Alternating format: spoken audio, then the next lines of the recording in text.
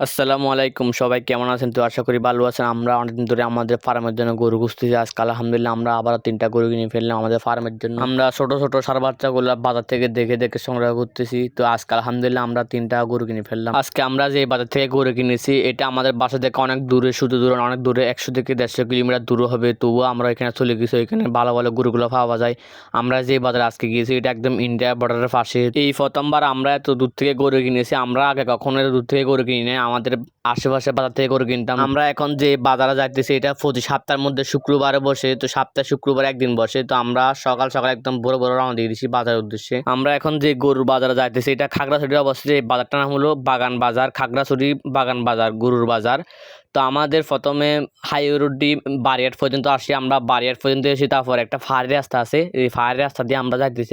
আমরা এখন যে রাস্তা দিয়ে যাইতেছি এটা পাহাড়ি রাস্তা। এটা একসময় পাহাড় ছিল, তো পাহাড়কে কেটে এটা রাস্তা করেছে। এটা একদম খাগড়াছড়ি পর্যন্ত অবস্থিত। তো এই রাস্তা দিয়ে আমরা বাজারে রওনা দিয়েছি। আলহামদুলিল্লাহ আমরা আগে কখনো এত দূর থেকে গরু কিনি নাই। আমরা এই বাজারে আসতাম না এত দূরে, এই জন্য আমরা যাইতেছি। এখানে গরুর দাম একটু কম আছে, এবং কি এখানে আমরা যেহেতু ছোট গরু নিব, এখানে ছোট গরু বেশি আছে আলহামদুলিল্লাহ। তো এখান থেকে ছোট গরু বেশি বেশি নিতে পারবো আমরা।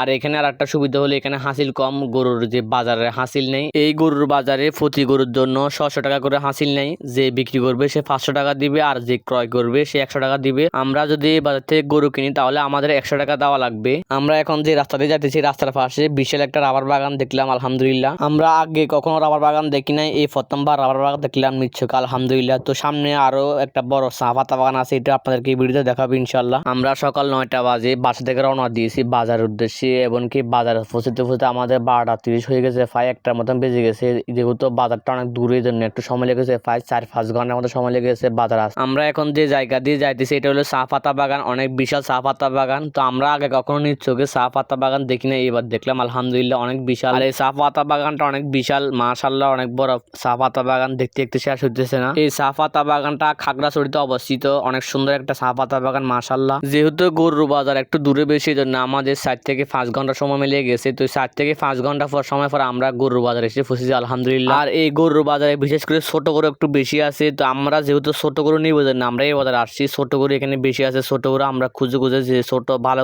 গরুগুলো আছে এগুলো আমরা নিতে পারবো ইনশাল্লাহ। তো আমরা গাড়ি থেকে নামার পর বাজারে কিছুক্ষণ গরু দেখলাম, দেখার পর আমরা হাত মুখ ধুয়ে দুপুরে খাওয়া দাওয়া করে নিলাম আলহামদুলিল্লাহ। তো পরবর্তী আমরা অনেকক্ষণ গরু দেখলাম, গরু দেখার পর আমাদের ৩টা গরু পছন্দ হয়েছে, ৩টা গরু আমরা নিয়ে নিলাম। আর এই গরুর বাজার থেকে ইন্ডিয়া একদম কাছে, এই গরুর বাজার থেকে ১ থেকে ২ কিলোমিটার পরে ইন্ডিয়া। আমরা এবার কোরবানির জন্য ছোট ছোট গরুগুলা পালবো ইনশাল্লাহ। আমরা আগে আগে বড় গরু পালন করতাম, তো বড় গরু তো আমাদের এদিকে তেমন একটা চাহিদা না থাকার কারণে আমাদের তেমন একটা লাভ হতো না।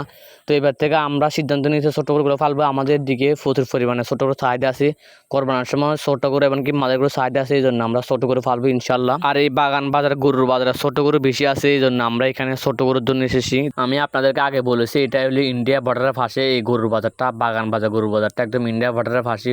ওই যে দূরে যে গাছগুলো দেখতে পাচ্ছেন এখানে ইন্ডিয়া বর্ডার। তো এখান থেকে ধরেন ১ থেকে ২ কিলোমিটার হবে ইন্ডিয়া বর্ডার একদম ওই। আর এই বাজারে ইন্ডিয়া থেকে অনেক গরু আসে দেখা যায় মাঝে মধ্যে। আমরা প্রথমে ২-৩ ঘন্টা ধরে আমরা গরু দেখতেছি, আমাদের কোন গরুগুলো ছয়। তো পরবর্তী আমরা ২-৩ ঘন্টা ঘোরার পর গরুগুলো একটু দরদাম বুঝি, তারপর আমরা ৩টা গরু নিয়েছি আলহামদুলিল্লাহ। এখন ফুল দুপুরের টাইম, প্রচুর পরিমাণে গরম পড়তেছে। তো আমরা একটু শরবত খেয়ে নিলাম, যেহেতু দুপুরের টাইম আর রোদের তাপ অনেক বেশি, এই জন্য অনেক পরিমাণে গরম লাগতেছে। আর বাজারে কিছুক্ষণ হাঁটতে হইতেছে, গরুগুলো দেখতে হইতেছে। আর গরুর বাজার থেকে হেঁটে হেঁটে ভালো গরুগুলো চয়েস করে নেওয়া অনেক কষ্টের কাজ। যারা গরু কিনে তারা বলতে পারে অনেক কষ্টের কাজ।